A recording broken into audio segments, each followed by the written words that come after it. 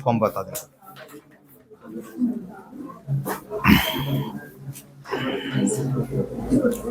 पाँच सौ 64 से लेकर फिजिक्स का क्वेश्चन है और इस फिजिक्स के क्वेश्चन को हम देखते हैं और सही से समझने की कोशिश करते हैं। देखिएगा 564 में बल का ऐसा मात्रक क्या है, बल का ऐसा मात्रक क्या है। तो यहाँ पर ऐसा मात्रक पूछ रहा है। तो बल का दो मात्रक होता है, एक ऐसा मात्रक और सीजीएस मात्रक होता है। ऐसा मात्रक होगा तो न्यूटन होगा और सीजीएस मात्रक पूछेगा तो डाइन होगा, है कि नहीं। यानी बल का ऐसा मात्रक अगर पूछा जाए तो ऐसा में होगा न्यूटन और सीजीएस में डाइन। अपवर्तनांक का मात्रक क्या है, ये पूछ रहा है ना। तो अब सबसे पहले इस बात को समझिए कि अपवर्तनांक क्या कहा जाता है, यानी कि अपवर्तनांक क्या कहा जाता है। तो इसमें क्या होता है, किसी माध्यम में या निर्वात में, किसी भी माध्यम में या निर्वात में जो हवा की गति होती है उसका जो रेशियो होता है, अनुपात होता है, उसी को अपवर्तनांक कहा जाता है। जैसे कि कोई बात क्यों कर रहे हैं पीछे में, पीछे वाला सभी स्टूडेंट सुनने की कोशिश नहीं करता रहता, आपस में बात करता रहता है। नहीं, सीधा क्लास से बाहर कर देंगे, एक भी किसी का आवाज सुनेंगे क्लास से बाहर कर देंगे। एक अभी मैराथन क्लास चल रहा है, इस क्लास में एक एक पॉइंट को आपको सुनने का जो है एकाग्र रहना चाहिए। थोड़ा सा भी आप जो है माइंड को कहीं बाहर रखेंगे, एक दो क्वेश्चन यहां से स्लिप कर जाएगा आपका। तो मैंने बताया कि अपवर्तनांक किसको कहा जाता है। तो अपवर्तनांक का मतलब होता है कि अपवर्तनांक का कि किसी माध्यम में, यानी कि कोई एक माध्यम है और माध्यम और साथ साथ जो है निर्वात, जिसमें किसी प्रकार का कोई माध्यम नहीं हो। ध्यान दीजिएगा, कोई माध्यम है और उस माध्यम में और निर्वात में हवा की जो गति होती है, हवा की जो गति का जो रेशियो होगा, रेशियो अनुपात, उस अनुपात को कहा जाता है अपवर्तनांक। समझ रहे हो बात को। अपवर्तनांक मतलब यानी कि किसी माध्यम में और निर्वात में जो हवा की जो रेशियो होगा, हवा के गति का जो रेशियो होगा, उस गति के रेशियो, यानी किसका रेशियो, यानी कि हवा का गति का जो रेशियो होगा, उस रेशियो के ही अपवर्तनांक कहा जाता है। और अपवर्तनांक इस रेशियो में जो चीज होगा उसका कोई डायमेंशन नहीं होता है, यानी कि कोई बीमा नहीं होता है। बीमा यानी वह बीमा रहित होता है, और जो भी क्वांटिटी बीमा रहित होगा उसका कोई मात्रक होता ही नहीं है, कोई मात्रक नहीं होता है। तो आपका क्वेश्चन पूछा गया है कि अपवर्तनांक का क्या मात्रक होता है, ये क्वेश्चन पूछा गया है ना। तो आपके ऑप्शन में क्या है, देखिए तो दिया गया है क्या, मीटर पर सेकंड। मीटर क्यों है, बी में क्या है, मात्रक रहित है कि नहीं। तो अपवर्तनांक का मात्रक होता है क्या, नहीं होता है, तो मात्रक रहित होगा। क्या होगा, मात्रक रहित। ध्यान दीजिएगा। अगला क्वेश्चन है, किलोवाट घंटा किसकी इकाई होती है। किलोवाट क्या होता है, मुख्य रूप से इसे बिजली की खपत के मापने की इकाई होती है। ये किलोवाट जो होती है, किलोवाट मुख्य रूप से बिजली में कितना खपत होता है एनर्जी, उस खपत को मापने की ये इकाई होता है। वाट एक छोटा इकाई है, इसीलिए वाट को किलोवाट घंटा किया गया, किलोवाट घंटा किया गया। तो यहां पर आप देखेंगे तो किलोवाट घंटा जो होगा वह ऊर्जा की मात्रक होता है। किसका मात्रक होगा, ऊर्जा का, है कि नहीं। यहां पर ध्यान रखेंगे, विद्युत ऊर्जा की इकाई जो होता है, जब 1 किलोवाट 1 घंटा के लिए कार्य करता है, यानी कि विद्युत ऊर्जा का जो इकाई होगा, अगर कभी भी विद्युत ऊर्जा का, यानी कि विद्युत ऊर्जा का जो इकाई होगा, ऊर्जा का इकाई जो होगा, वह इकाई जो निकाला जाएगा वह 1 किलो वाट जो है एनर्जी जो है 1 घंटा में जो जितना यूज किया गया, 1 किलो वाट जो है बिजली जो जितना 1 घंटा में खपत किया गया है, उसी को कहा जाता है विद्युत ऊर्जा की इकाई, है कि नहीं। तो यहाँ पर क्वेश्चन, विद्युत किलोवाट घंटा किसकी इकाई है? तो ऊर्जा का होगा। शक्ति का मात्रक क्या होगा? वाट। अभी बताएं बल का मात्रक क्या होता है? न्यूटन। बल का मात्रक क्या होगा? न्यूटन। संवेग का मात्रक क्या होगा? किलोग्राम मीटर प्रति सेकेंड। किलोग्राम मीटर प्रति सेकेंड, क्योंकि संवेग बराबर होता है, ध्यान दीजिएगा, संवेग बराबर जो होता है द्रव्यमान गुने वेग। द्रव्यमान गुने वेग। तो द्रव्यमान गुने वेग, तो ये द्रव्यमान का मात्रक क्या होगा? किलोग्राम। और वेग का क्या होगा? मीटर प्रति सेकंड। तो किलोग्राम मीटर प्रति सेकंड होगा कि नहीं? तो संवेग का होगा किलोग्राम मीटर प्रति सेकंड। ऊर्जा का इकाई आपको बता ही दिया। कार्य का भी मात्रक जो होता है, कार्य और ऊर्जा का मात्रक भी, ऊर्जा का भी एक अलग यूनिट जूल में निकाला जाता है कि नहीं? तो यहाँ पर किलोवाट घंटा किसकी इकाई है? ऊर्जा का है। अगला क्वेश्चन है, निम्नलिखित में कौन दाब की इकाई है कि नहीं? तो आप यह ध्यान रखेंगे, अगर इस प्रकार से मात्रक पूछा जाए तो दो चार मात्रक आप यहाँ पर लिख लीजिए तो अच्छा रहेगा। आवेश का मात्रक अगर पूछा जाए, आवेश का मात्रक तो कूलम्ब होगा। क्या होगा? कूलम्ब होगा कि नहीं? अगर धारा का मात्रक पूछा जाएगा तो एम्पियर होगा। किस क्या होगा? एम्पियर होगा, है कि नहीं? इसी प्रकार से प्रतिरोध का मात्रक पूछा जाएगा तो ओम होगा। क्या होगा? ओम। ओम को ऐसे लिखा जाता है, ऐसे लिखा जाता है, ठीक है? प्रतिरोधकता की मात्रक जो लिखा जाएगा, प्रतिरोधकता का उसका मात्रक ओम मीटर होगा। क्या होगा? ओम मीटर, ध्यान दीजिएगा, ओम मीटर। इसी प्रकार से दाब का अगर मात्रक होगा तो पास्कल होगा। क्या होगा? पास्कल होगा। दाब का मात्रक क्या होगा? पास्कल होगा, याद रखिएगा, है कि नहीं? इसी प्रकार से ऊर्जा का मात्रक पूछा जाएगा, ऊर्जा का मात्रक अगर पूछा जाएगा तो ऊर्जा का मात्रक जूल होगा। क्या होगा? अगर इसी प्रकार से शक्ति का मात्रक पूछा जाए तो वाट होगा। क्या होगा? वाट हो, है कि नहीं? ताप का अगर मात्रक पूछा जाए तो केल्विन होगा। क्या होगा? तापमान का अगर मात्रक पूछा जाएगा तो केल्विन होगा, याद रखिए। क्या होगा? तापमान का मात्रक केल्विन होगा, ये याद रखना है। प्रतिरोध बता ही दिया। अगर इसी प्रकार से आवृत्ति का मात्रक पूछा जाए, आवृत्ति का मात्रक पूछा जाए तो क्या होगा? हर्ट्ज होगा। क्या होगा? हर्ट्ज होगा, होगा कि नहीं?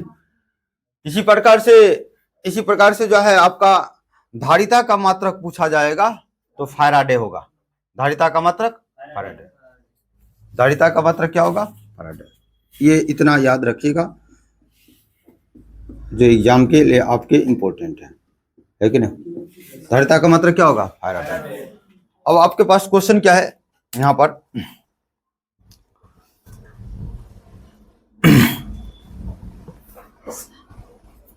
निम्नलिखित में कौन सा दाब की इकाई है? तो दाब का इकाई क्या होगा? पास्कल, है कि नहीं? पास्कल किसी वैज्ञानिक का नाम है। इसके पिताजी चाहते थे, पास्कल व्यक्ति का नाम है। पास्कल के पिताजी चाहते थे कि मेरा बच्चा मैथ नहीं पढ़े, लेकिन वह मैथ के जिज्ञासु होने के कारण से वह मैथ के और दार्शनिक क्षेत्र में काफी एक विद्वान और वैज्ञानिक के रूप में कार्य किया, और इस प्रकार से उसने दाब के बारे में बताया। तो दाब का पास्कल जो है, दाब का इकाई पूछा जाएगा तो पास्कल हो जाएगा। केल्विन का भी जस्ट बताया हूं, तापमान होगा। और न्यूटन बल का मात्रक होता है कि नहीं? अब आगे देखेंगे, चुंबकीय ध्रुव की प्रबलता का ऐसा मात्रक क्या होता है? ऐसा मात्रक है तो होता है क्या कि ध्यान दीजिएगा, कोई भी चुंबक है, मान लीजिए ये चुंबक है और इस चुंबक का ये ध्रुव होगा और ये ध्रुव होगा। समझे बात को?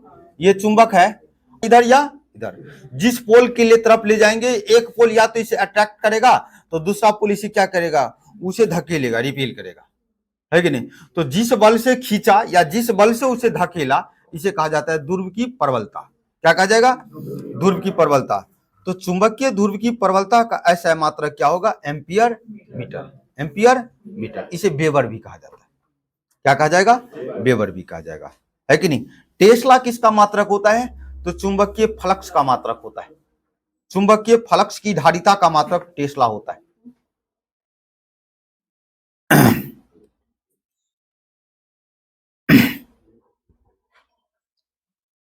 अब देखेंगे आगे क्या है, एक एक क्वेश्चन को समझेंगे। यहां से जो 569 नंबर का जो क्वेश्चन है वह काफी इंपोर्टेंट क्वेश्चन है। मैं यहां पर बताता हूं। क्वेश्चन पहला क्या कह रहा है? जब एक संपिंडित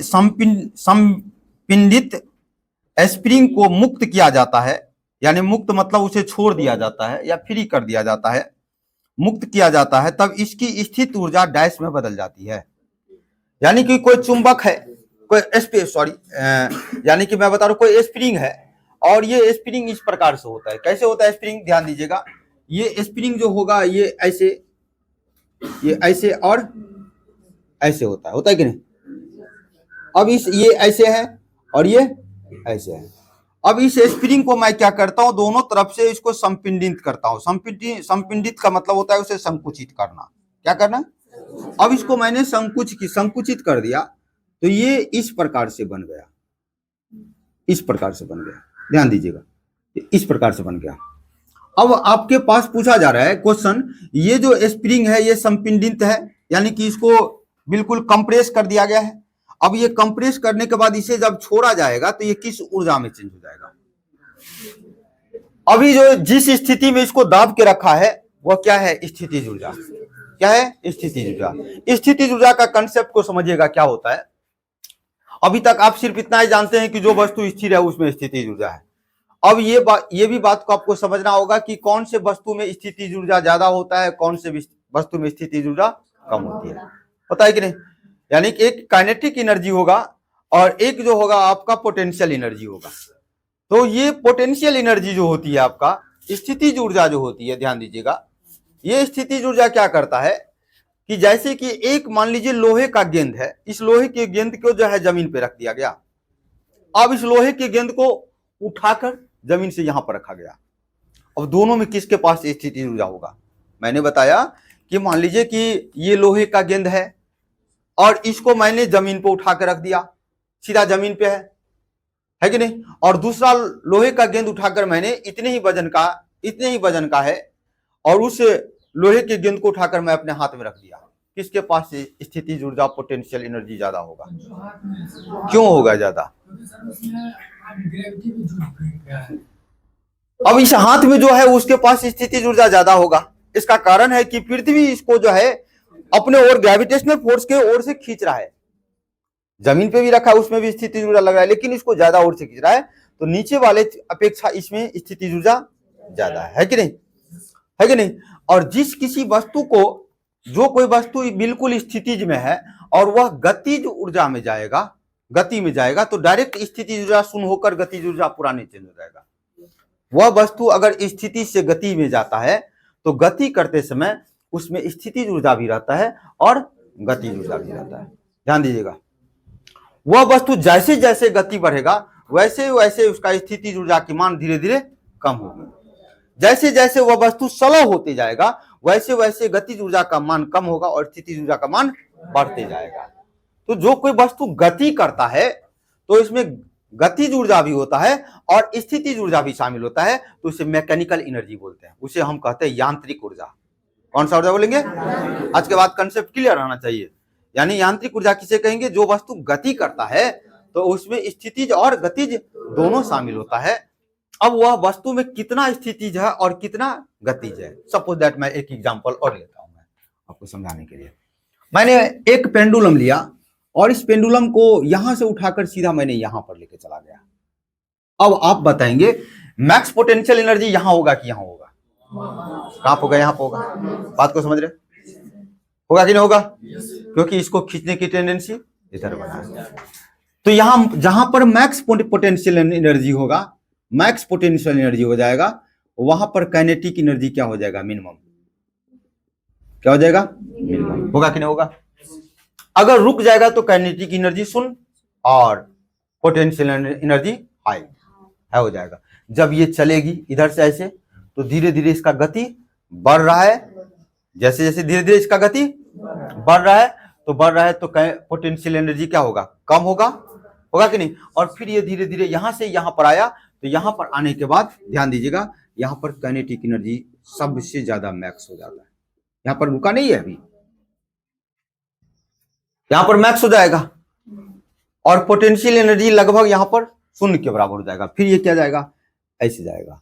अब क्या होगा? काइनेटिक एनर्जी कम होगा, धीरे धीरे घटेगा। घटेगा कि नहीं घटेगा?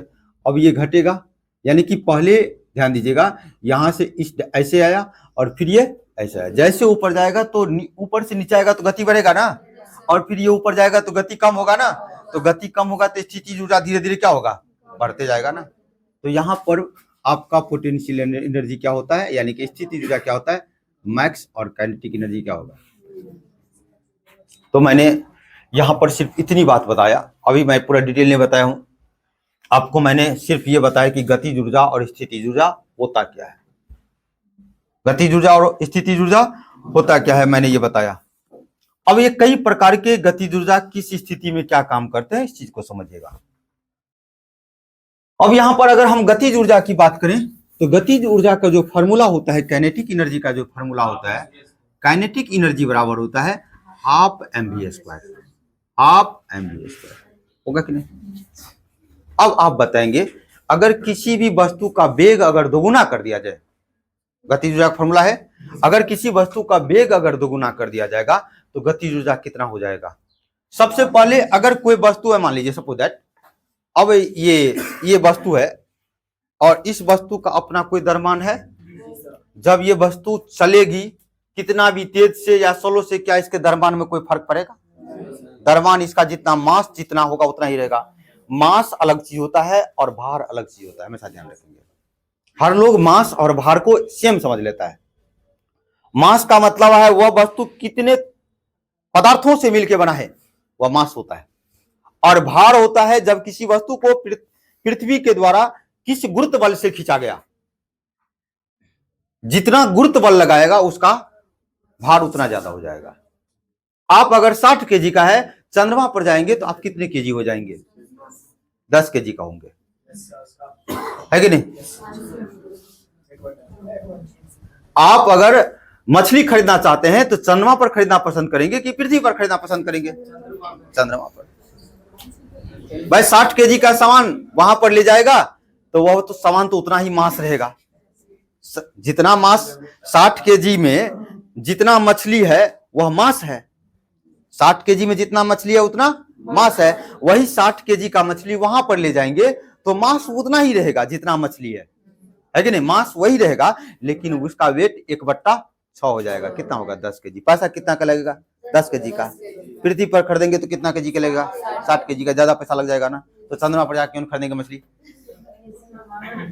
हाँ, तो मैंने ये बताया आपको गुरुत्व यहां पर काइनेटिक एनर्जी में कि किसी वस्तु का वेग अगर, यानी कि वेग अगर दोगुना किया जाएगा तो इसका गतिज ऊर्जा क्या होगा। तो क्या आप देख रहे हैं मास में कोई चेंजिंग होती है, तो मास को हटा दीजिए। जब हम कंपेयर करेंगे तो मास में जिसमें किसी प्रकार का कोई परिवर्तन नहीं हो उसको लेकर क्या भाई, है कि नहीं। अब ये आदमी को हम अपने पास लाएंगे, इसके पास लाने से कोई फायदा नहीं, तटस्थ है, हाँ या नहीं, ना क्या बोलेगा ये बात पहले से पता थी, क्यों लाएंगे। ये वेरिएबल नहीं है तो इसको हटाओ। 1/2 को 2/3 किया जा सकता है इस फॉर्मूला में, ये भी तो फिक्स वैल्यू है ना। तो इसका इस दोनों का कोई वैल्यू है। तो काइनेटिक एनर्जी जो है वह सीधा जो है ये जो वैरी करेगा किस पर करेगा, वेग पर करेगा, यानी कि वेग का समानुपाती होगा कि नहीं। अब वेग अगर दोगुना हो जाएगा, अगर मान लीजिए किसी वस्तु का वेग अगर 2 हो तो काइनेटिक एनर्जी क्या होगा। तो काइनेटिक एनर्जी क्या हो जाएगा, v बराबर 2, तो 2 का स्क्वायर कितना हो जाएगा, 4। कितना हो जाएगा, 4। तो वेग दोगुना तो काइनेटिक एनर्जी 4। अगर किसी वस्तु का वेग दुगुना तो गतिज ऊर्जा 4 गुना। किसी वस्तु का वेग अगर आधा कर दिया जाए, वेग आधा कर दिया जाए तो गतिज ऊर्जा क्या होगा, 1/, अरे 2 का स्क्वायर करेंगे तो कितना हो जाएगा, 1/4। वेग आधी किया जाएगा तो गतिज ऊर्जा 1/4। वेग दोगुना कर दिया जाए तो गतिज ऊर्जा 4 गुना। यहां पर वेग अगर 2 गुना है तो 4 गुना बढ़ गया, यहां पर 1/2 गुना तो यहां पर 1/4 गुना होता है ना। तो इस प्रकार से काइनेटिक एनर्जी का ये फार्मूला होता है। इसी प्रकार से कहा जाए किसी वस्तु का वेग की बात नहीं करके किसी वस्तु की संवेग का बात कर दिया जाए। अगर किसी वस्तु का संवेग अगर 2 गुना कर दिया जाए तो गतिज ऊर्जा क्या होगा, आप ही बताएंगे। आप बताएंगे संवेग बड़ा फॉर्मूला क्या होता है, m गुने v, द्रव्यमान गुने वेग, द्रव्यमान गुने वेग। क्या द्रव्यमान में कोई चेंजिंग होगा? तो ये संवेग भी किस पर डिपेंड है? वेग पर। किस पर डिपेंड है? वेग पर। तो क्या क्या होगा? वेग। तो जितना वेग में हो रहा था परिवर्तन, उतना ही परिवर्तन संवेग में भी होगा। तो अगर वेग को 2 गुना किया जाता है तो गतिज ऊर्जा यहाँ पर 4 गुना। तो इसी प्रकार से संवेग को भी 2 गुना कर दिया जाएगा तो गतिज ऊर्जा भी 4 गुना। संवेग को अगर आधी कर दिया जाएगा तो गतिज ऊर्जा भी 1/4 हो जाएगा। यहाँ पर समझे कि नहीं समझे? नहीं समझे?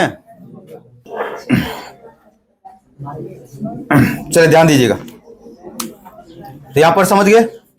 तो जब किसी वस्तु का वेग अगर 2 गुना किया जाएगा तो गतिज ऊर्जा 4 गुना। वेग अगर आधी किया जाएगा कितना होगा? 1/4।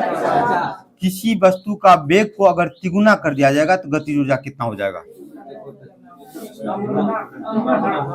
वेग अगर तिगुना कर दिया जाएगा तो गतिज ऊर्जा कितना होगा? अरे भाई ये स्क्वायर है, देखो ना, 3 का स्क्वायर कितना होना गुना? 1/3 करेंगे तब ना 1/9 होगा। ये नहीं, इतना कॉमन सेंस भगवान नहीं दिया है। समझ में नहीं आता है क्या? 2 गुना 2 का ये 4 क्यों किए हैं? 2 का स्क्वायर किए हैं तब नहीं किए हैं। तो यहां पर ध्यान देंगे कि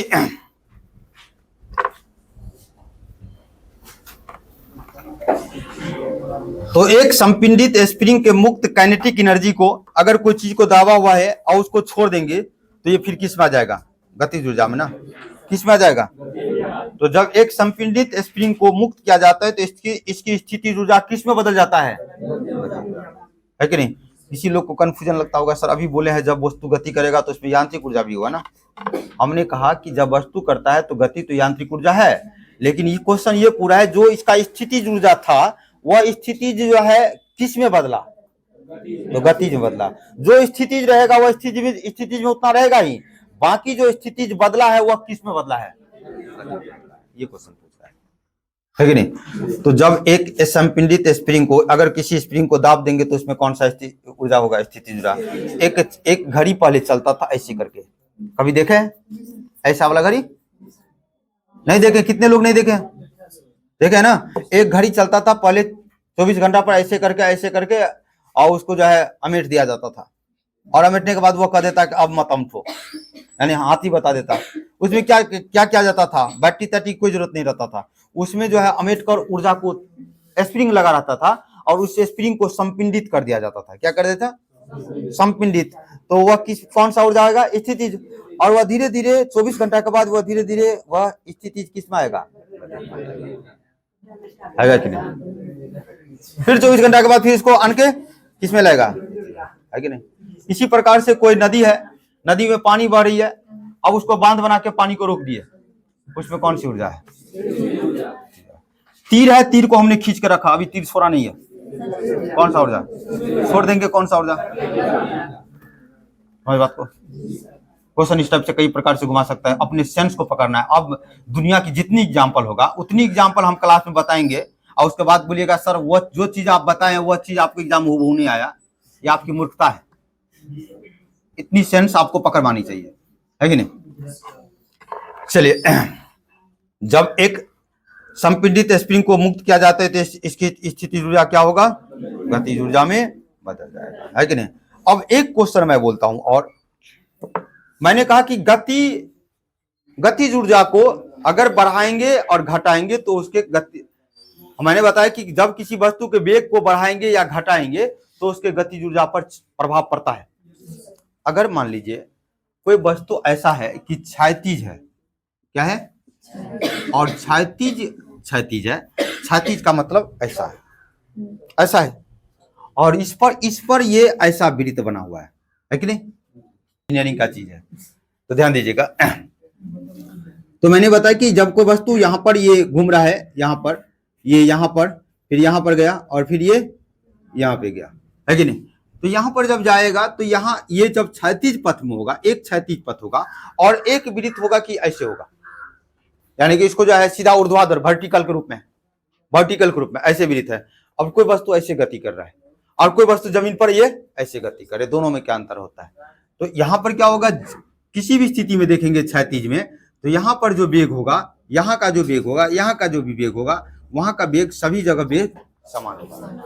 जब वेग समान होगी तो हर जगह गतिज ऊर्जा क्या होगा? समान होगा कि नहीं? वेग अगर क्षैतिज के रूप में अगर कोई वृत्त है, उस वृत्त पर कोई गति करता है तो वहां पर प्रत्येक बिंदु पर उसका वेग समान होता है, प्रत्येक बिंदु पर वेग समान होगा। यही जब ऊर्ध्वाधर होगा, वर्टिकल होगा, और उस वर्टिकल में कोई वृत्त बना है तो उस पर घूमेगा तो प्रत्येक बिंदु पर इसका वेग चेंज करेगा, तो गतिज ऊर्जा भी चेंज करेगा। आप कहेंगे ऐसा क्यों हो गया सर?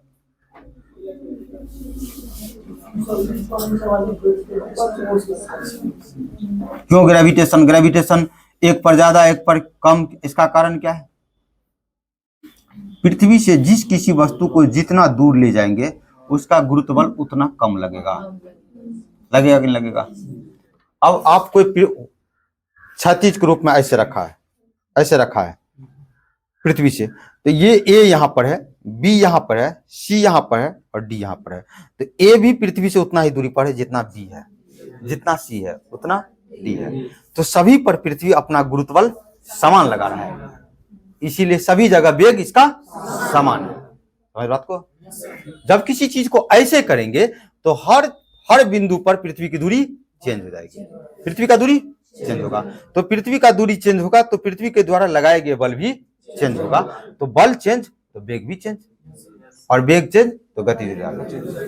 क्लियर? तो इतना बात ध्यान रखिएगा। चलिए अब क्वेश्चन इससे संबंधित आगे बहुत सारा क्वेश्चन आएगा, मैंने यहाँ पर बहुत सारा डीप में बता दिया। जब एक संपीड़ित स्प्रिंग को मुक्त किया जाता है तब इसका स्थितिज ऊर्जा किस में बदलता है? गतिज ऊर्जा में। होगा कि नहीं? यांत्रिक ऊर्जा मैंने बता ही दिया क्या होता है कि नहीं? अगला क्वेश्चन है, यदि किसी अवतल दर्पण के वक्रता केंद्र से थोड़ा परे मतलब थोड़ा दूर, परे मतलब दूर, थोड़ा दूर वस्तु रखी जाए तो बनने वाला प्रतिबिंब का स्थिति क्या बनेगा? यहाँ पर क्वेश्चन है, बहुत अच्छा क्वेश्चन है, इससे लगभग बहुत सारा क्वेश्चन आता है।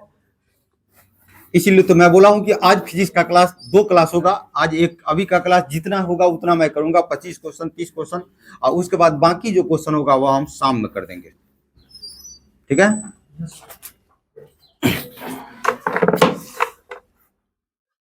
ध्यान दीजिएगा। अब क्या है कि यहां पर कौन सी दर्पण बनता है? अवतल दर्पण। अवतल दर्पण कैसे बनेगा जी? है कि नहीं? और ये अवतल दर्पण, ये पीछे ऐसे इसका सिल्वर नाइट्रेट का लेप चढ़ा दिया गया है कि नहीं? किसी भी उत्तल और अवतल दर्पण के जो पीछे में लेप होता है वह सिल्वर नाइट्रेट का लेप होता है कि नहीं? अब आप लोग कैसा दर्पण खरीदते हैं, वो बनाने वाला था सब कुछ मिलावट कर देता है, मिट्टी चढ़ा देता है, कार्टून लगा देता है कोई, ठीक है कि नहीं? सिल्वर नाइट्रेट का लेप है कि नहीं? अब इसमें क्या होता है, ये अवतल दर्पण है। कौन सा दर्पण है जी? अवतल दर्पण। अवतल दर्पण क्या होता है कि अवतल दर्पण का ये जो आपका देख रहे हैं इसको कहते हैं पी, इसको कहते हैं पोल। क्या कहते हैं? पोल। इसको हिंदी में कहते हैं ध्रुव कहा जाएगा, है कि नहीं? समझिएगा, ध्रुव होगा। अब जैसे कि ये कैसे बनाया गया, माना कि इसका केंद्र यहाँ पर है। क्या है? केंद्र यहाँ पर, ये केंद्र है सी, समझ बात को। और उसके बाद जो है सी ये होगा केंद्र, और उसके बाद जो इस पोल और केंद्र के बीच को जो 2 भाग में बांटेंगे तो वो कौन बांटता है? F, focus. इसको कहते हैं रेडियस ऑफ कर्वेचर और इसको कहते हैं फोकस। इसे कहते हैं वक्रता केंद्र और इसे कहते हैं हम फोकस कहते हैं। अब आपके पास क्वेश्चन क्या है? क्वेश्चन ये दिया गया है, ध्यान दीजिएगा। यदि किसी अवतल दर्पण से वक्रता केंद्र से दूर, यानी कि वक्रता केंद्र से एक वस्तु दूर रख देंगे, वक्रता केंद्र से हमने दूर रखा, वक्रता केंद्र से दूर वस्तु रखी जाएगी तो बनने वाला प्रतिबिंब की स्थिति क्या होगी? ये क्वेश्चन है। बनने वाले प्रतिबिंब का स्थिति क्या होगा, ये पूछ रहा है आपका। तो यहां पर इसका स्थिति क्या होगा, तो ध्यान दीजिएगा कि अगर ये दूर रखा गया तो ये कैसे बनेगा? ध्यान दीजिएगा, दूर मैंने ऐसे यहां पर रख दिया, मैंने इसको यहां पर रख दिया, और ये वस्तु क्या करेगा? ऐसे करके ऐसे जाएगा, है कि नहीं? फिर ये एक किरण, पहले एक किरण तो ये ऐसे जाएगा और इससे ये क्या करेगा? टकराएगा। टकराने के बाद ये किधर मुड़ेगा? इस दिशा में, पीछे चला जाएगा। ऐसे जाएगा, जाएगा कि नहीं। अब जो ये आदमी यहाँ पर था जिसका नाक इधर था और हाथ, ये आंख और नाक था, ये है कि नहीं। अब इस व्यक्ति का प्रतिबिंब कैसे बनेगा, ऐसे बनेगा, उल्टा बनेगा, है कि नहीं, समझ बात को। तो सबसे पहले जैसा था वैसा ही है, जैसा था वैसा ही है, इसीलिए इसको कहेंगे वास्तविक। वास्तविक, और ये वास्तविक के बाद ये उल्टा हो गया है, तो वास्तविक और उल्टा हो गया। अब ये वस्तु के आकार से बड़ा है या छोटा है, वस्तु के आकार से ये बड़ा होगा या छोटा होगा, वस्तु के आकार से क्या होगा, ये छोटा होगा। इसके आकार के दृष्टि से देखा जाए तो ये क्या हो जाएगा, क्या होगा। और इसका जो प्रतिबिंब बनेगा किसके बीच बनेगा, तो फोकस और वक्रता केंद्र के बीच बनेगा। आपके पास जो पूछेगा इस तीन में से आप वही आंसर देंगे। आपसे क्या पूछ रहा है, इसका कंक्लूजन आंसर का निकला कितना, 3। कितना निकला। अगर किसी वस्तु को वक्रता केंद्र से अगर हम परे यानी दूर रखते हैं तो उस वस्तु का प्रतिबिंब जो है वह वास्तविक और उल्टा, और प्रतिबिंब जो है वस्तु के आकार से छोटा, है कि नहीं। और वह प्रतिबिंब जो बनेगा वह वक्रता और फोकस के बीच बनेगा। बनेगा कि बनेगा। आपका क्वेश्चन क्या है, जब एक यदि किसी अवतल दर्पण के वक्रता केंद्र से थोड़ा परे वस्तु रखी जाए तो बनने वाले प्रतिबिंब की स्थिति क्या होगी, वक्रता केंद्र और फोकस के बीच। क्या आपने नवा 10वां में ऐसे टीचर बताए थे, नहीं बताए थे, कोई भी नहीं बताया था। हम कहाँ भी नवा 10वां क्लास ले रहे हैं, नवा 10वां क्लास लेंगे तो इसको तो और अच्छा से बताएंगे, बुआ की तरह बताएंगे, हलवा बना देंगे इसको हम, है कि नहीं। तो ठगता है कि नहीं एरिया में सभी टीचर, है कि नहीं। आप ही में से जो यहाँ से बेवकूफ स्टूडेंट होंगे वही जाकर क्या करेंगे, हम राधे सर के पास पढ़े, थोड़ा बहुत नॉलेज है, थोड़ा बहुत राधे सर का लेक्चर भी सीख लिए हैं, उसका फोटो कॉपी करते हैं और वह कोचिंग खोल लेगा, और कोचिंग खोल लेगा, विद्यार्थी का ठगना स्टार्ट कर देगा, है कि नहीं। क्या हो रहा है, क्या दिक्कत है। तो एक बेहतर टीचर बनने के लिए आपके पास बेहतर कंसेप्ट चाहिए, और बेहतर कंसेप्ट रहेगा तो बेहतर स्किल अपने आप आ जाएगा। करके पढ़ेंगे। सबसे वस्तु अगर यहाँ पर अनंत है, इसका मतलब बहुत अनंत, जहां पर कोई सीमा नहीं। अगर वस्तु अनंत पर रखा जाएगा तब उसका प्रतिबिंब कहां पर बनेगा, कहां पर बनेगा। और बहुत क्या प्रतिबिंब क्या होगा, बहुत छोटा, वास्तविक और। अब देखिए यही बात क्या है, जब अनंत पे बन रहा है तो प्रतिबिंब कहां बन रहा था, एफ पर। अब ये फोकस पर कर दिया गया तो प्रतिबिंब कहां चला गया, यहाँ अनंत तो एफ पर। अब एफ इधर कर दिए तो अनंत यहाँ पर चला गया। अत्यधिक छोटा, बहुत छोटा तो अत्यधिक बड़ा, और वास्तविक का उल्टा यही रहेगा, सेम रहेगा। अब सी पर जब होगा, जब सी पर होगा यानी कि इस पर प्रतिबिंब जब बनेगा तो यहाँ से जो प्रतिबिंब ऐसे आएगा तो ये जो होगा ये यहीं पर आ जाएगा, यहीं पर हजरत को। तो सी पर अगर वस्तु रखा जाए तो वह प्रतिबिंब कहां पर होगा, सी पर। और आकार दोनों का क्या होगा, समान। आकार क्या होगा, दोनों का क्या होगा, समान होगा। ध्यान दीजिएगा, आकार दोनों का समान होगा, और अत्यधिक बड़ा और समान आकार होगा, और वास्तविक और उल्टा। अगर सी से दूर रखा जाए तो वस्तु का प्रतिबिंब फोकस और, है कि नहीं। अगर सी पर, सी से दूर नहीं रख के वस्तु को फोकस और वक्रता केंद्र के बीच में रखा जाता है तब प्रतिबिंब सी से दूर बनता है। यानी इसका रिलेशन यहाँ से, इसका रिलेशन यहाँ से जस्ट इसको से उल्टा, है कि नहीं। और ये अपना स्वयं अकेला है कि नहीं। और सी से दूर, और ये छोटा है तो ये बड़ा, और वास्तविक का उल्टा। सिर्फ केवल वस्तु को सिर्फ यहाँ पर रखा जाए यानी कि ध्रुव और फोकस के बीच रखा जाए तो इस स्थिति में प्रतिबिंब जो बनेगा वह दर्पण के पीछे, दर्पण के पीछे प्रतिबिंब दिखाई नहीं देगा, वह एक आभासी प्रतिबिंब होगा। ऐसा आभास होता है कि ये चीज वहां पर हो रहा है कि नहीं।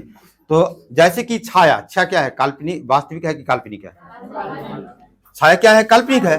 तो छाया क्या होगा, आभासी। तो इसी प्रकार से पी और एफ के बीच जो प्रतिबिंब बनेगा वह दर्पण के पीछे इसका छाया बनेगा। प्रतिबिंब का क्या बनेगा, प्रतिबिंब छाया बनेगा, दर्पण के पीछे में बनेगा, वह कैसा बनेगा, बड़ा बनेगा।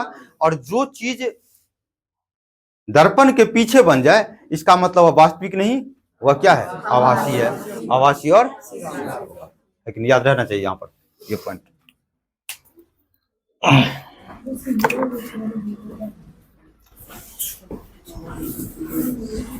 लड़की में सभी लोग उपस्थित है। सतह के एक इकाई क्षेत्रफल पर लगाए गए बल को क्या कहते हैं? सतह के एक इकाई क्षेत्रफल पर लगाए गए बल को क्या कहेंगे? दाब। हम आपके कपार पर इसे ठोकना अच्छा लगेगा कि हम आपके कपार पर सुई लेकर ऐसे ऐसे मारेंगे? किसे होगा इससे? क्यों? इतना हल्का चीज को दूर क्यों कर दिए और टफ चीज से आप कर रहे कपार पर पीटने के लिए? क्यों? सुई से क्यों नहीं बोले पीटने के लिए? जिसका इसका एरिया जो है सुई की अपेक्षा के एरिया ज्यादा है, तो जब ये बल लगाएगा तो जितना बल लगाएगा वह एरिया में फैल जाएगा। लेकिन सुई पर जो बल लगाया जाएगा वह सबके सब बल जो होगा वह एक ही एरिया के नोक पे लग जाएगा। तो ज्यादा बल नोक पे लग जाए तो धंस जाएगा ना कपार में, है कि नहीं? इसीलिए रेलवे की पट्टी जब बिछाया जाता है तो इसके अंदर से ये कभी देखते हैं लकड़ी दे दिया जाता है। क्यों दे दिया जाता है? क्योंकि जब रेलवे की पट्टी चलेगी, यानी रेलवे पट्टी पर ये रेल चलेगी, तो इस पट्टी पर जो फोर्स लगता है तो ये फोर्स क्या करता है? ये फोर्स दबाव इसमें बढ़ जाता है, इसमें बटेगा, इसमें बटेगा, और ये बटेगा तो पूरे जमीन पे भी फैला देगा। तो ये दाब को फैला देगा ताकि किसी एक जगह दाब नहीं लगे पूर्ण रूप से। अगर एक जगह पट्टी पर कहीं दाब लग गया रेल के द्वारा तो वह क्रैक कर सकता है, टूट सकता है। तो दाब को फैलाने के लिए ये लगा दिया जाता है कि नहीं? तो क्वेश्चन यहां पर है आपके पास, सतह के इकाई यानी एक इकाई क्षेत्र पर लगने वाले बल को क्या कहा जाए? बल को दबाव कहा जाता है। क्या कहा जाएगा? दबाव कहा जाएगा। चलिए अगला क्वेश्चन क्या है? एक अवतल दर्पण में वस्तु को दर्पण के ध्रुव और फोकस के बीच रखा जाए। ध्रुव और फोकस के बीच, ध्रुव और फोकस के बीच रखा जाए। तो ध्रुव और फोकस के बीच रखा जाए तो प्रतिबिंब की प्रकृति क्या होगा? आभासी और सीधा। आंसर नंबर बनेगा कि नहीं बनेगा? बिल्कुल। रॉकेट किस कानून को जगह पर नियम कर दीजिए, है कि नहीं? गूगल से ये ट्रांसलेट किया हुआ क्वेश्चन है, इसीलिए रूल होगा तो रूल को जगह पर गूगल ने कानून लिख दिया। रूल का मतलब नियम भी होता है ना। तो रॉकेट किस नियम पर काम करता है? तो रॉकेट जो होता है, रॉकेट के अंदर में जो प्रणोदक गैस होती है, जब वो रॉकेट प्रणोदक गैस को छोड़ता है तो रॉकेट गैस को किधर फोर्स लगाया? इधर पीछे की ओर। और न्यूटन के थर्ड नियम कहता है जब किसी वस्तु पर जितना क्रिया होगा उतना ही प्रतिक्रिया। जब रॉकेट ने इस प्रणोदक गैस पर बल लगाकर पीछे की ओर धकेला तो वह भी गैस क्या करेगा? प्रणोदक गैस जितना बल लगाएगा उतना बल से वह रॉकेट को भी ऊपर धकेलेगा। तो जहां पर एक्शन और रिएक्शन दोनों बराबर हो, है कि नहीं? 5 तो लड़की इधर से दे दिया जाए और 5 लड़की का जो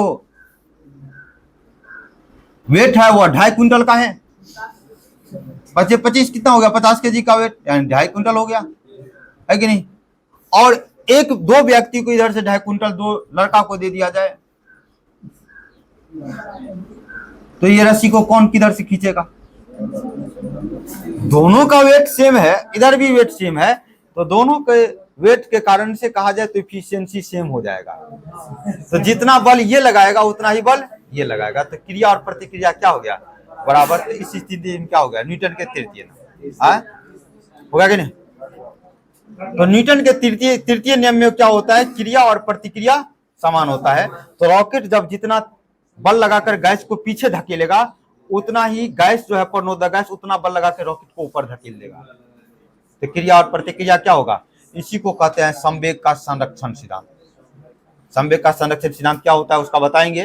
जब कोई दो वस्तु टकराता है तो क्लैश करने के बाद उसका जो संवेग होगा वह पहले के संवेग और बाद के संवेग दोनों का बराबर होता है, यानी संवेग कंजर्व रहता है। संवेग पृथ्वी पर कभी भी न ऊर्जा खत्म हुआ है न ऊर्जा नष्ट होता है, यानी ऊर्जा न कोई निर्माण कर सकता है न ऊर्जा को भी नष्ट कर सकता है। ऊर्जा सिर्फ एक रूप से दूसरे रूप में।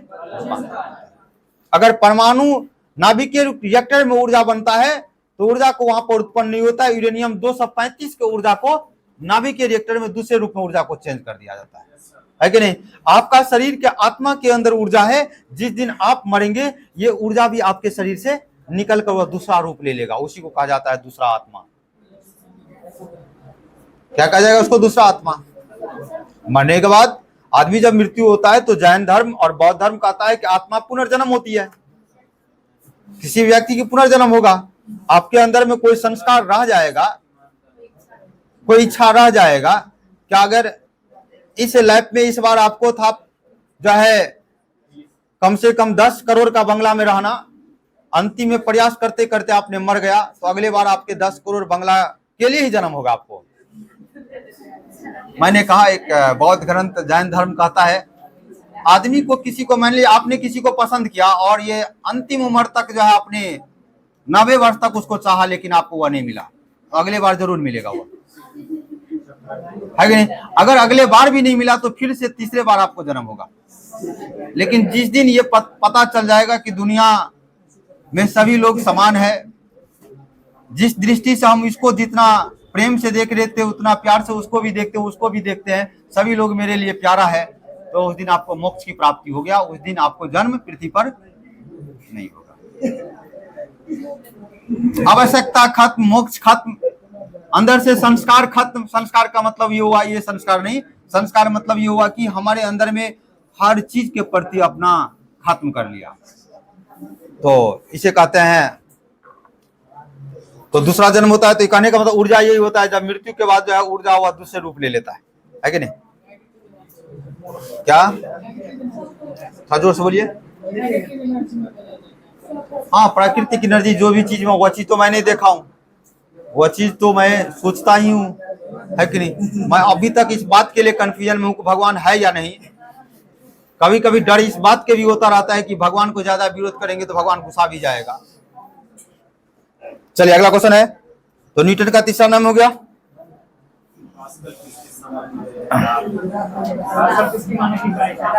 पास्कल किसकी मानक इकाई है? यही है ना। यहाँ पर न्यूटन के नियम जानते हैं, पहला नियम, दूसरा नियम, तीसरा नियम, सभी लोग जानते हैं। न्यूटन के पहला नियम सुन लीजिए।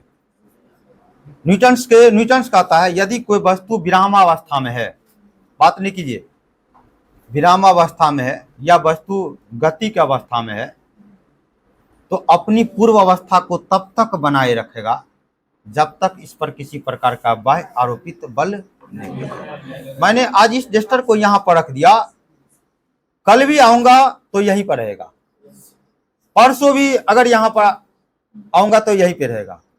ये वस्तु अपना स्थान का परिवर्तन वहां से तब तक नहीं करेगा जब तक इस पर कोई प्रकार का बाह्य बल नहीं लगेगा। कोई दूसरा आदमी आया, उसको उठा के यहाँ पर रख दिया, मैं सोचूंगा कि जरूर इस पर कोई बल लगा के यहाँ पर रख दिया, है कि नहीं। तो जब कोई वस्तु जिस अवस्था में था वह उसी अवस्था में हमेशा बनाए रहना चाहता है। अगर इसका मन होगा कि हम यहाँ पर नहीं रखेंगे, तुम यहाँ पर रखता, यहाँ से उठकर हम यहाँ पर आ जाएंगे, आ जाएगा। न्यूटन कहता है कि जब कोई वस्तु जिस अवस्था में है वह हमेशा उसी अवस्था को बनाए रखना। अगर कोई वस्तु रेस्ट अवस्था में है तो वह हमेशा अपने स्थिति को रेस्ट में ही बना के रखेगा। अगर कोई वस्तु गति में है तो गति में ही रहना चाहता है, वह स्थिर होना पसंद नहीं करता है कि नहीं। तो ध्यान दीजिएगा, जैसे एक शिक्षक अगर बोलना शुरुआत कर देता है तो बोलते ही रह जाता है, वह रेस्ट में कोशिश नहीं रहता है कि नहीं। आप अगर बस में बैठे हैं, बस चल रही है, तो बस के साथ आप भी गति में हैं, अचानक बस ब्रेक मार दिया तो आप किधर चले जाएंगे? क्यों आगे चले जाएंगे? क्योंकि आपका शरीर गति में रहना पसंद करता है, वह आगे की ओर जाना चाहता है, और जबरदस्ती बस में ब्रेक लगाकर रोक दिया आपको, तो आप आगे जाएंगे, है कि नहीं। आप बैठे हैं बस में और बस आराम से भी रुका हुआ है बस स्टैंड में, और आराम से बैठे हैं और बस अचानक खोल दिया, ब्रेक लगा, आप किधर जाएंगे?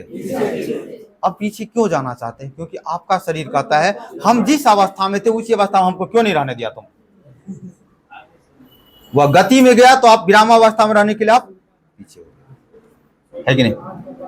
कभी कभी आपने गाड़ी में, आपका बस में चप्पल आप खोल के रख देते हैं और आराम से सिर पर पलथी मार के बैठ जाते हैं तो चप्पल आपका वहीं पे रहता है, होता है कि नहीं परिवर्तन? नहीं होता है। तो न्यूटन के प्रथम नियम कहता है, उसी को जड़त्व नियम कहते हैं, अगर कोई विश्राम में है तो विश्राम में रहेगा, कोई गति में है तो गति में ही रहेगा, है कि नहीं? पहला नियम हो गया। तीसरा नियम हो गया। दूसरा नियम क्या कहता है? न्यूटन कहता है दूसरा नियम, जब किसी वस्तु पर बल लगाया जाता है तो बल लगाने के बाद वह अपने जगह को, स्थान को वह परिवर्तन यानी विस्थापित करता है। बल बराबर क्या होता है? F इंटू एम इंटू ए मतलब एक्सीलरेशन, है कि नहीं? अगर किसी वस्तु को, अगर आप यानी बाइक चला रहे हैं और एक्सीलेटर लेंगे तो गाड़ी क्या हो जाएगा? गति बढ़ जाएगा। एक्सीलेटर कम करेंगे, गति क्या हो जाएगा? कम हो जाएगा। ये क्या बता रहे हैं? ये क्या बता रहे हैं? किसी वस्तु में एक्सीलरेशन लगना मतलब उस वस्तु में बल लगाया। तो बल के जो व्यंजक है, उस बल के व्यंजक को डिफाइन कौन किया? द्वितीय नियम। कौन किया? द्वितीय नियम। किसी वस्तु में बल लगाने से त्वरण उत्पन्न हो जाता है, यह द्वितीय नियम कहता है कि नहीं? और बल का परिभाषा प्रथम नियम देता है। और बल का गुण क्या है? क्रिया और प्रतिक्रिया। तृतीय नियम देता है। बल का प्रथम नियम परिभाषा, बल का दूसरा नियम व्यंजक, और बल के तृतीय नियम बल का गुण देता है। तो तीनों नियम हो गया, है कि नहीं? अब आर्किमिडीज का भी है, यहाँ पर आर्किमिडीज के बारे में बताते हैं, चूंकि यहाँ पर बता देंगे तो हमें आगे हो सीधा टिक लगाना होगा। आर्किमिडीज क्या कहता है? जब किसी वस्तु को पानी में डुबाया जाता है, जब किसी वस्तु को पानी में डुबाया जाता है तो डुबाने के बाद वह वस्तु या तो पूर्ण रूप से डूब जाएगा या तो वस्तु आंशिक रूप से डूबेगा, पार्शियली डूबेगा, है कि नहीं? जैसे आपने बर्फ को ले लीजिए, पानी में ले जाइए, डूब जाएगा या नहीं डूबेगा? आंशिक रूप से डूबेगा।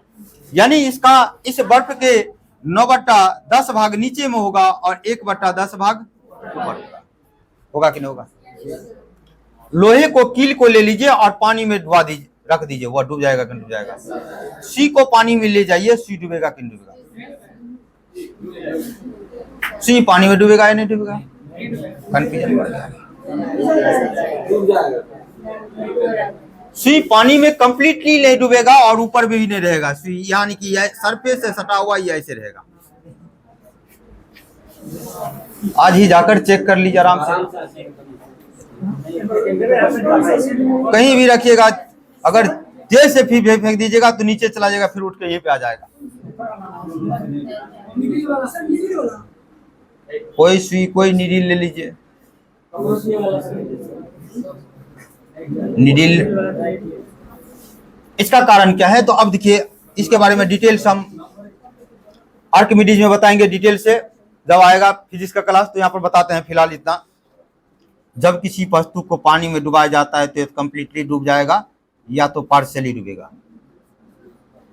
अब जो क्या होता है कि जो पार्शियली, आंशिक रूप से डूबता है, तो आंशिक रूप से डूबने के बाद वह भारहीन महसूस करता है।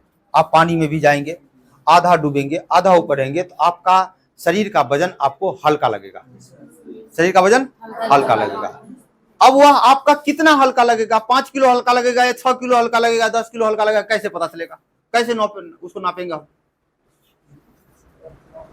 आर्किमिडीज कहता है जब किसी चीज को पानी में डुबाया जाता है तो उसका वजन कितना कम महसूस होता है, वो कैसे पता चलेगा? आर्किमिडीज कहता है। आर्किमिडीज कहता है जब किसी वस्तु को अगर पानी में डुबाया जाएगा तो ये पानी का सतह अभी यहां से लेकर, मान लीजिए गमला है और इस गमला में पानी पूरा यहां तक भरा हुआ है, इस सरफेस तक भरा है ना जी। भरे होने के बाद क्या करेगा, ध्यान दीजिएगा, भरे ये सरफेस यहां तक है ना जी। अब इसको क्या किया गया, एक लोहे का कोई चीज मान लीजिए, कुछ भी ऐसा चीज डुबाया गया जिसका कुछ आंशिक डूबा और ये इतना डूबा, है कि नहीं? अब जितना पानी के अंदर डूब गया वह पानी कहां चला गया? ऊपर। तो पानी उठ के कहां चला गया? ध्यान दीजिए, यहां पर सभी लोग देख रहे हैं ना, पानी यहां पर आ गया। पानी कहां गया? यहां आ गया, है कि नहीं? तो ये इसको डुबाने के बाद इसका कितना भार कम महसूस हुआ, ये कैसे पता करेंगे? तो जितना पानी को वह विक्षेपित किया, जितना पानी को वह विक्षेपित किया, और जितना पानी को, यानी कि इतना पानी विक्षेपित, इतना पानी को विक्षेपित किया, जितना विक्षेपित किया और उसका जितना वजन होगा उतना ही वजन वह कम महसूस करेगा। समझे कि नहीं समझे बात? इसी को कहते हैं उत्प्लावक का नियम। उत्प्लावक का नियम कहते हैं। और उत्प्लावन केंद्र भी होता है, जो कि उत्प्लावन केंद्र अब ऊपर चला जाएगा, है कि नहीं? तो मैंने कहा कि ये वस्तु डुबाने के बाद जो है जितना द्रव को विक्षेपित करेगा, जितना द्रव को विक्षेपित करेगा, उस विक्षेपित द्रव का जितना भार होगा उतना ही भार कम महसूस होगा। क्लियर है कि नहीं? तो आर्किमिडीज का नियम यही है, क्लियर होनी चाहिए। तो यहां पर क्वेश्चन कौन सा है? तो रॉकेट के किस कानून पर, किस नियम पर काम करता है? तो न्यूटन के तीसरे नियम। आर्किमिडीज का बता दिया मैंने। अब आपको बताएगा कि आर्किमिडीज के बारे में क्या बताया है कि आर्किमिडीज ये बताया है कि कोई भी वस्तु को पानी में आंशिक रूप से डुबाया जाता है तो वह भारीहीनता की महसूस करता है, भारीहीनता का महसूस करता है। कितना भारी महसूस करेगा? जितना पानी विक्षेपित करेगा, उस पानी का जितना भार होगा उतना ही भार कम महसूस। क्लियर? चलिए अगला क्वेश्चन। पास्कल किसकी मानक इकाई है? अभी जस्ट बोला हूं। ऊर्जा किसका मात्रक होगा? जूल का। और प्रतिरोध किसका होगा? ओम का। होगा कि नहीं? चलिए अगला है, एक समान मानव आंख के लिए स्पष्ट दृष्टि का न्यूनतम दूरी कितना होगा? एक समान मानव कितना देखेगा जी? 25 सेंटीमीटर। होगा कि नहीं? एक दंत चिकित्सक की सामान्यतः किसका उपयोग करता है? दंत चिकित्सक जो होता है वह किसी चीज को, फोटो को बड़ा करके करना चाहेगा ना, देखना चाहेगा। यानी कि अवतल दर्पण में हमेशा वास्तविक प्रतिबिंब बनता है, एक केस में आभासी बनता है कि नहीं? उत्तल में हमेशा आभासी प्रतिबिंब बनेगा, आभासी प्रतिबिंब से काम नहीं होगा, नहीं ना होगा। तो सामने यानी कि एक दंत चिकित्सक कैसा करेगा? एक अवतल दर्पण, है कि नहीं? उसमें बिल्कुल सीधा छवि बनता है। अगला क्वेश्चन है, एक वायुमंडलीय अपवर्तन के कारण से सूर्य हमें वास्तविक सूर्योदय से लगभग कितने मिनट पहले और कितने मिनट बाद तक, कितने मिनट बाद तक ये हमें दिखाई देता है?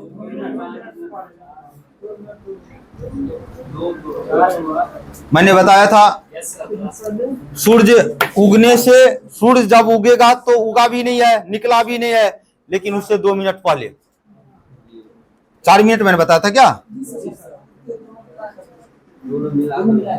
दोनों मिलाकर 4 मिनट होगा। 2 मिनट पहले और उसके बाद 2 मिनट बाद, 2 मिनट बाद, है कि नहीं? तो ध्यान देंगे यहाँ पर 2 मिनट पहले और 2 मिनट बाद तक वह दिखाई देता है।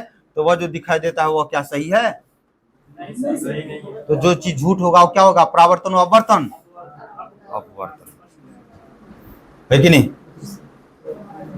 सूर्य का रंग लाल दिखना वह प्रकीर्णन होगा, लेकिन सूर्य 2 मिनट पहले दिख जाना और डूबने के बाद भी 2 मिनट तक दिखाई देना वह सब झूठ है। इसके कारण वह झूठा जहां पर होगा अपवर्तन, है कि नहीं? एक पानी में छड़ी को दे दीजिए, छड़ी सीधा दिखाई देता है कि टेढ़ा, टेढ़ा। क्या वास्तव में वह टेढ़ा है? वह झूठ है। तो पानी में, छड़ी को पानी में डालना और वह टेढ़ा किसके कारण से अपवर्तन? किसी पानी में सिक्के को डुबा देना और सिक्के जो है वह आपको जो दिखाई देगा वह ऊपर, वह क्या ऊपर है? वह झूठ है। झूठ किसके कारण से? अपवर्तन। जहां भी झूठ महसूस हो सब अपवर्तन। क्लियर? तो आंसर हो जाएगा 2 मिनट पहले 2 मिनट बाद होगा आंसर। अगला क्वेश्चन है, क्या यदि किसी लेंस की क्षमता +1 डायोप्टर हो तो लेंस की फोकस दूरी क्या होगी? है कि नहीं? लेंस की शक्ति को डायोप्टर से मापा जाता है। किसी भी लेंस की शक्ति क्या है उसके डायोप्टर से मापा जाता है। और लेंस की शक्ति का जो फार्मूला होता है वह डायोप्टर को लिखा जाता है, ध्यान दीजिएगा, P बराबर 1/f। P क्या है? लेंस की शक्ति, लेंस क्या है? लेंस की शक्ति है, यानी जिसको डायोप्टर कहते हैं, और एफ क्या है? फोकस है कि नहीं? यानी क्षमता है, अब फोकस है, लेंस की शक्ति हो गया 1 प्लस डायोप्टर, और ये फोकस हो जाएगा। तो आपके फार्मूला पर बनाएंगे तो हमको क्या निकालने के लिए कर रहा है? फोकस दूरी ना। तो लेंस की शक्ति कितना है यहाँ पर? 1, फार्मूला से बनाएंगे तो 1 और 1/f, इसलिए f बराबर क्या हो जाएगा? 1। तो फार्मूला क्या हो जाएगा? 1। चलिए अगला क्वेश्चन है,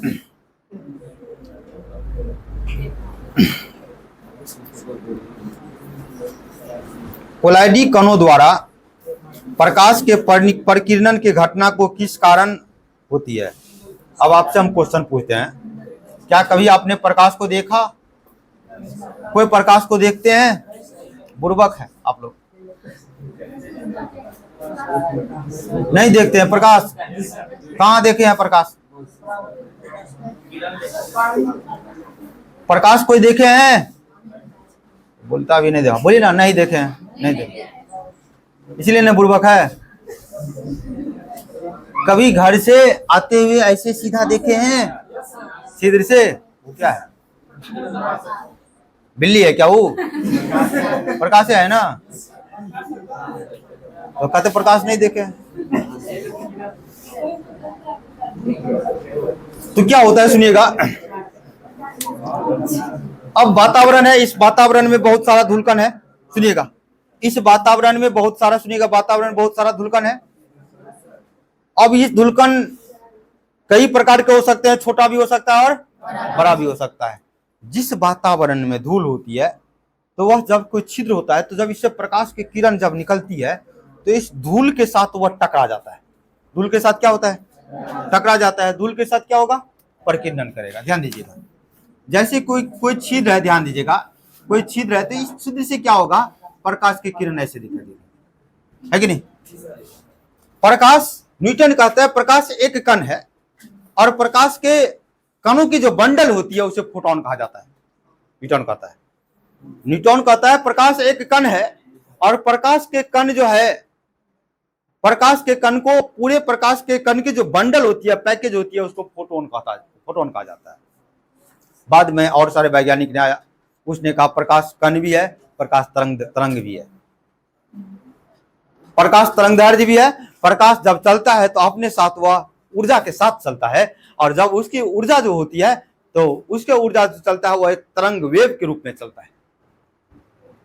तो उसने बताया कि जब प्रकाश की किरण चलेगी तो उसके साथ कण है, और ये वातावरण में भी कण है, तो ये कण एक दूसरे से टकराता है, तो ये कण क्या हो जाता है? ये बिखर जाता है। क्या हो जाता है? बिखर जाता है। और ये बिखरा हुआ कण जब एक समांतर सीधी रेखा में चलती है तो उसी को कहा जाता है कोलाइडी विलयन। जिस विलयन में प्रकाश की किरणें बिखर गया, जिस विलयन में प्रकाश की किरणें बिखर गया, क्या पानी में प्रकाश बिखरेगा? नहीं बिखरेगा। प्रकाश जब भी बिखरेगा, वायु में बिखरेगा, तो प्रकाश के किरण जिस वायु में बिखर जाता है, और बिखरने के बाद वह क्या करता है? परिकिरण, यानी बिखरना मतलब परिकिरण करना, तो कहता है कोलाइडी कणों के द्वारा, यानी कि इस धूलकण में जो कण है, इस कण को कोलाइडी कण कहा जाता है। और इस कण में प्रकाश का भी कण मिलावट हो गया, इसीलिए इसे हम कोलाइडी कण कहेंगे। तो इस बात को, वायु का कण और प्रकाश के कण मिल गया, इसे कहेंगे कोलाइडी कण। और ये कोलाइडी कण आपस में टकराकर परिकिरण करता है, और इस परिकिरण को कौन सा प्रभाव कहते हैं? तो टिंडल प्रभाव। कौन सा प्रभाव कहेंगे? टिंडल। आज के बाद ये कभी भी भूलना नहीं चाहिए, है कि नहीं? अब क्या पूछेगा एग्जाम में? इससे ज्यादा भी गाढ़ा पूछ सकता है। तो टिंडल प्रभाव इसका आंसर हो गया। कौन सा हो गया? टिंडल प्रभाव। चलिए अगला क्वेश्चन, 7 रंगों वाली प्रकाश के कौन सा रंग प्रिज्म पर पड़ने के बाद सबसे अधिक विचलित होता है? अब 7 रंग के प्रकाश की किरण, ध्यान दीजिएगा, ये एक प्रिज्म है, ये क्या है जी? एक प्रिज्म है, और ये प्रकाश का किरण यहाँ पे पड़ा, अब ये प्रकाश की किरण ऐसे पड़ेगा, ऐसे पड़ेगा और ऐसे पड़ेगा। ध्यान दीजिएगा, पड़ेगा नहीं जी? थोड़ा सा मैं यहाँ पर मिटा देता हूँ इसको, मैं मिटाइए तो इसको, फास्ट मिटाइए, बात नहीं कीजिए, सुनिए।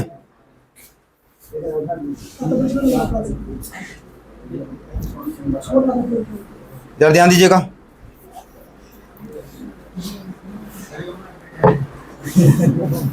कौन सा क्वेश्चन था? 581। 7 रंग वाली प्रकाश, ध्यान दीजिएगा कि एक प्रिज्म है और इस प्रिज्म पर ये कोई प्रिज्म है और इस प्रिज्म पर श्वेत प्रकाश पड़ा, यानी कि कौन सा प्रकाश पड़ा? श्वेत प्रकाश। श्वेत प्रकाश जो होती है वह 7 रंगों से मिलकर बना होता है। कितने रंगों से? 7 रंगों से। अब इसको आप यहां से 1 2 3 4 5 6 7 है कि नहीं? जब इस प्रिज्म से निकलेगा तो फिर ये मुड़ेगा, ऐसे ऐसे ऐसे ये मुड़ जाएगा, है कि नहीं? अब इसके आगे में पर्दा दे देंगे तो क्या बन जाएगा? इंद्रधनुष। इसी को कहते हैं वर्णपट, है कि नहीं? अब कहते हैं सर बादल में जाके कौन पर्दा लगाता है? बादल अपने आप में पर्दा है, तो वही ना पर्दा हो गया। अब ये जो बनेगा क्या बनेगा?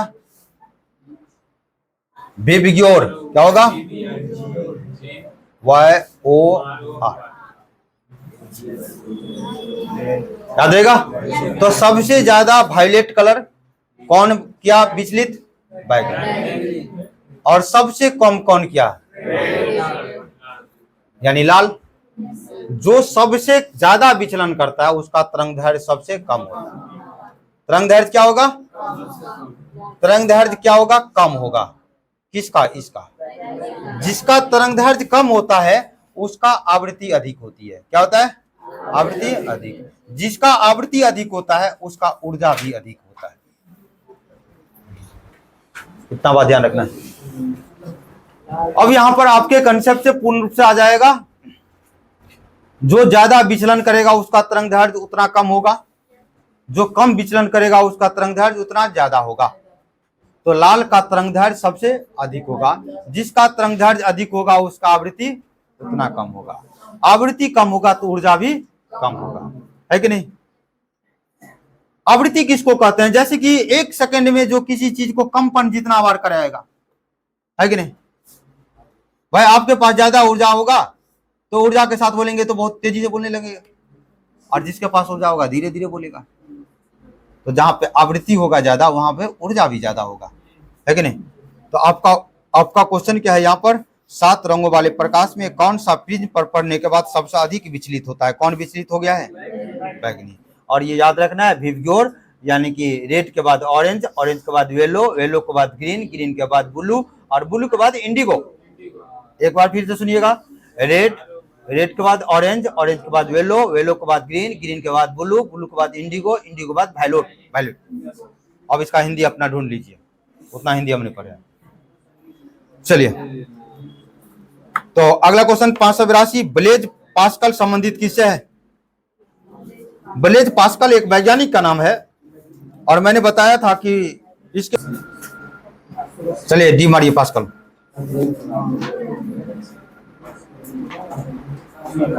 अगला क्वेश्चन, पनडुब्बी सदैव पानी के नीचे रहती है, यह एक उदाहरण है किसका? अभी बताओ ना। आर्किमिडीज का सिद्धांत करेगा, है ना? जब किसी वस्तु को पानी में डुबाया जाता है तो उसका या तो अधिकांश भाग डूब जाएगा या तो पूरी या तो पार्शली डूबेगा, है कि नहीं?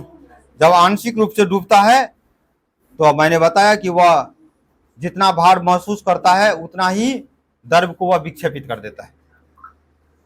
बाकी जो 3 नियम है इसका मैं अलग से क्लास, आधा घंटा का क्लास होगा। अवोगाद्रो का नियम और बर्नौली का सिद्धांत और बॉयल का नियम, ये चारों नियम जो है अलग से मैं एक साथ आधा घंटा के क्लास में बताऊंगा। इसको चिन्ह लगाया, आज ही मैं अलग से मैं आधा घंटा क्लास ले लूंगा। एक वीडियो इसका अलग से रहेगा, चारों नियम अलग से रहेगा इसका। अगला क्वेश्चन, लैक्टोमीटर जो दूध के नमूने के सिद्धांत की निर्धारित करने के लिए उपयोग किया जाता है, किस सिद्धांत पर काम करता है? लैक्टोमीटर क्या होता है? ये एक प्रकार का हाइड्रोमीटर होता है। ये दूध में पानी मिला देंगे तो दूध का घनत्व कम होगा कि ज्यादा हो जाएगा? कम हो जाएगा। तो लैक्टोमीटर एक प्रकार से हाइड्रोमीटर का एक यंत्र है, और इस लैक्टोमीटर से पता किया जाता है कि गाय के दूध का कितना घनत्व होगा, और इस लैक्टोमीटर एक प्रकार से दूध की घनत्व को नाप, है कि नहीं। तो इस प्रकार से आर्किमिडीज के सिद्धांत पर यह काम करेगा, है कि नहीं। चलिए अगला क्वेश्चन है,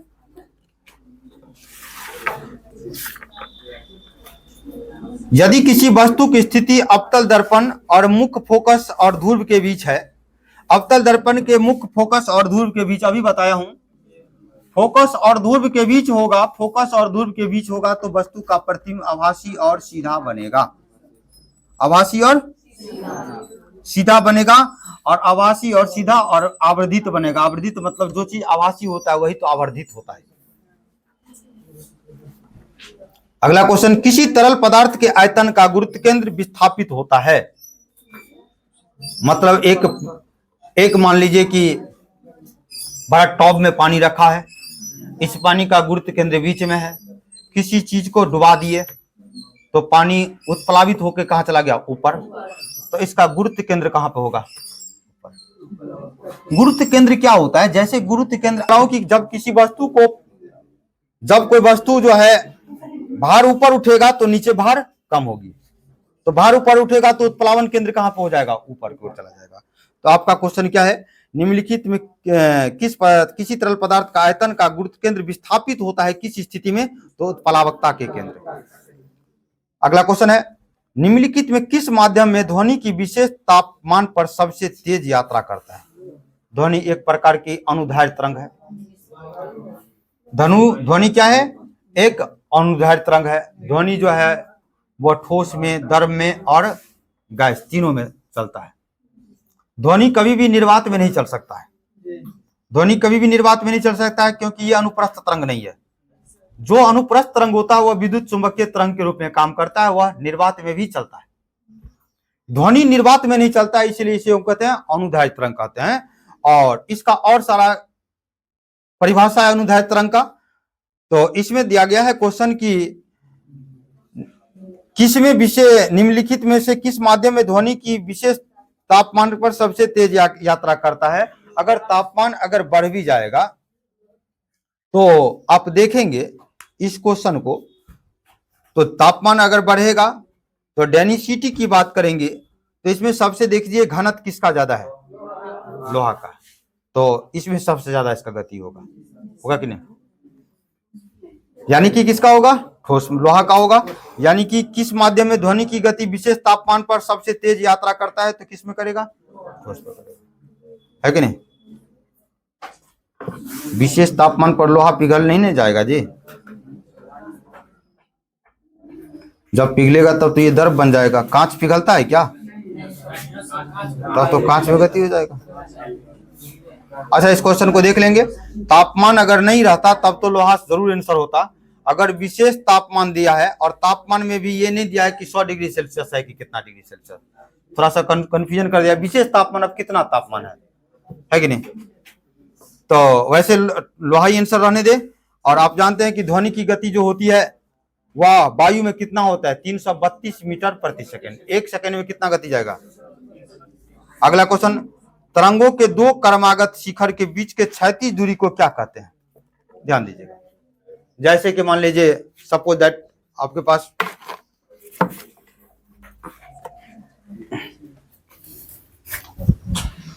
अब ध्यान दीजिएगा यहां पर, जैसे कि ये एक प्रकार से ऐसा है, कोई वस्तु ऐसे किया गया कि इसको विस्थापित किया गया, ये से विस्थापित हो गया, फिर ये ऐसे हुआ और फिर ये ऐसे हुआ, होता है कि नहीं। तो ध्यान देंगे कि ये जो आप देख रहे हैं ये विस्थापित होकर ऊपर गया है, तो जितना विस्थापित होगा, जितना दूरी विस्थापित ऊपर या जितना दूरी नीचे विस्थापित होगा उसको कहा जाता है आयाम, एम्पलीट्यूड कहा जाता है इंग्लिश में। इसको क्या कहेंगे, आयाम। ध्यान दीजिएगा, एक श्रृंग ये हो गया और एक गर्त हो गया। जैसे किसी पानी के सतह पर आप किसी पत्थर को फेंकेंगे तो पानी आपको क्या लगेगा, इस फर में हमारे पास नजदीक आ रहा है, जबकि नहीं आता, ऐसे नहीं आता है। जिस जगह पे वह होता है उसी जगह पर एक बार ऊपर होता है और एक बार नीचे होता है। समझ रहे हो को? और इस प्रकार से ये इनकी ऊर्जा जो है ट्रांसमिट करता है इस दिशा में। तो किसी प्रकार की चीज जैसे कि मान लीजिए बच्चा में आपने खेलता होगा कि एक चप्पल को पानी में यहाँ पर रखा है, तो आप पत्थर को मारते हैं तो एक बार ये धकेल के ऊर्जा इसको यहाँ पर ला देता है। लेकिन पानी का कण जो यहाँ पर था यही पड़ेगा, पानी का यहाँ का पानी का कण यहाँ नहीं आएगा। ऊर्जा इसको क्या करेगा, ऊर्जा क्या करेगा, जो कि पानी के सतह पर अनुप्रस्थ तरंग होता है, वह उन अनुप्रस्थ तरंग जो है इस तैरते हुए चीज को वह तट के पास ला देगा, है कि नहीं। तो यहां पर क्या होता है कि जितना विस्थापित ऊपर होगा और जितना विस्थापित नीचे होगा, तो ऊपर डिस्प्लेसमेंट और नीचे के डिस्प्लेसमेंट को क्या कहा जाता है, आयाम, है कि नहीं। तो एक बार श्रिंग और एक बार गर्त, और फिर से ये नीचे हो गया, फिर से क्या होगा, एक बार ऊपर, और एक बार सबसे पहले ज्यादा ऊपर गया, उसके बाद नीचे, एक बार ऊपर गया, फिर थोड़ा नीचे, फिर थोड़ा नीचे, फिर धीरे धीरे ये शांत हो जाएगा। ऐसे होता है, पानी अपने ही जगह पर विस्थापित होता है। तो इस प्रकार से देखेंगे, ये विस्थापित हो गया और ये भी, और इसके बाद फिर ये विस्थापित होती, ये विस्थापित हुआ तो यही विस्थापित है ना। तो जब ये अपने विस्थापन को फिर से पुनः रिपीट करता है, तो इसके जो दूरी होते हैं, इसके जो दूरी होते हैं उसी को कहा जाता है तरंगदैर्घ्य। इसको लिखा जाता है लैम्डा से। क्या लिखा जाता है, लैम्डा। अब सुनिएगा, आपने देखा आयाम देख लिया, आपने तरंगदैर्घ्य देख लिया, इसको क्या कहते हैं हम, तरंगदैर्घ्य। क्या बोलेंगे, तरंगदैर्घ्य, या इसको लिखते हैं हम तरंगदैर्घ्य, ठीक है, तरंगदैर्घ्य। अब ये तरंगदैर्घ्य हो गया। अब इसको क्या है कि अब इसको अब क्या करेगा कि ये किस प्रकार से कंपन करता है। एक लड़का मारा ऐसे पत्थर, एक लड़का थोड़ा ऐसे मारा, एक लड़का जोर से मारा, है कि नहीं। पानी इसी स्थिति में क्या होगा, विस्थापन इसका, जो लड़का तेजी से मारा उसका जो विस्थापन होगा तेजी से होगा, जो थोड़ा स्लो मारा वह थोड़ा विस्थापन, उससे थोड़ा तेज मारा वह थोड़ा उससे ज्यादा विस्थापन हुआ कि नहीं। एक सेकेंड में वह जितना बार, वह एक श्रिंग यहां पर बना और दूसरा बार श्रिंग यहां बना, एक सेकेंड में जितना बार श्रिंग बनाएगा, या एक सेकेंड में जितना बार वह गर्त को बनाएगा। क्या बनाएगा, गर्त। एक, या तो आप श्रिंग को काउंट करें या तो आप गर्त को काउंट करें। एक सेकेंड में जितना श्रिंग बनाएगा या एक सेकेंड में जितना गर्त बनाएगा, उसी को कहते हैं हम आवृत्ति। क्या कहते हैं, आवृत्ति। तो आवृत्ति होता है, इसका मतलब एक सेकंड में वह कितना फ्रीक्वेंट करता है, और इसको किससे लिखा जाता है, एन से। अब इस दोनों पर क्या डिपेंड है, जोर से बोलेंगे तो इसके आयाम पर प्रभाव पड़ेगा कि आवृत्ति पर प्रभाव पड़ेगा, कि तरंगदैर्घ्य पर पड़ेगा। लाउडनेस, जैसे हमने बोला अभी लाउडनेस, तो ये आयाम पर ज्यादा प्रभाव पड़ा, वातावरण के कण जो है उस कण को ज्यादा विस्थापित किया, है कि नहीं। हम जो बोलते हैं आप तक ध्वनि जो जाता है, तो उसी प्रकार से वातावरण में वह तरंगदैर्घ्य उत्पन्न करता है, वह अनुदैर्घ्य तरंग। वातावरण में कण है, वह कण को क्या करता है, हिला देता है, और वह हिलाता है तो हिलाते हुए हमारी कान के पटल पे चला जाता है, और कान के पटल के पास ऐसा स्ट्रक्चर बना है वो उसको आवाज के रूप में फॉर्मेट कर देता है कि नहीं। इस प्रकृति में हम इस प्रकार से बोल चाल लेते हैं कि हमको पता है कि इसके कान के पर्दा में अ बोलेंगे तो ऐसे हिलेगा, तो अ कहेगा तो हम अ बोलेंगे, है कि नहीं। हम क्या बोलेंगे कि उसको सुनाई देगा, इसका मतलब उसको कितना कंपन किस तरीका से करेंगे वातावरण को। आप वातावरण कंपन करते हुए धीरे धीरे कहाँ जाएगा, है कि नहीं। यहाँ पर लोग ज्यादा से सुन रहा है, यहाँ पर पीछे से कम सुन रहा है, तो कंपन करते करते करते करते गर्त क्या हो जाएगा, यहाँ पर छोटा हो जाएगा, तो इसको कम सुनाई देगी कि नहीं देगी। तो आवाज जो लॉडेनेस होगा वह विस्थापन पे, आयाम पे, ठीक है। डेसिबल किसकी इकाई है, ध्वनि की तीव्रता। मानव के लिए बोलचाल जो भाषा होती है वो कितना डेसिबल होता है, 45 डेसिबल होता है। हम कम जोर से बोलेंगे समान बात 45 होगा, थोड़ा जोर से बोलेंगे 60 डेसिबल होगा। ऑर्केस्ट्रा का जो साउंड होता है उसके कितने डेसिबल होता है, 100 डेसिबल। और लगातार अगर 10 दिन ऑर्केस्ट्रा देखेंगे तो प्रोग्राम से जो भी हो वह मुझे नहीं पता, लेकिन 10 दिन के बाद आप जरूर पागल हो जाएंगे, आवाज के डेसिबल से पागल हो जाएंगे। इसीलिए ट्रैक्टर पर बैठने वाले, डीजे पर बैठने वाले, वह पागल का तरह उसका हरकत रहता है कि नहीं, आवाज के कारण से। किसका फोन आ रहा है?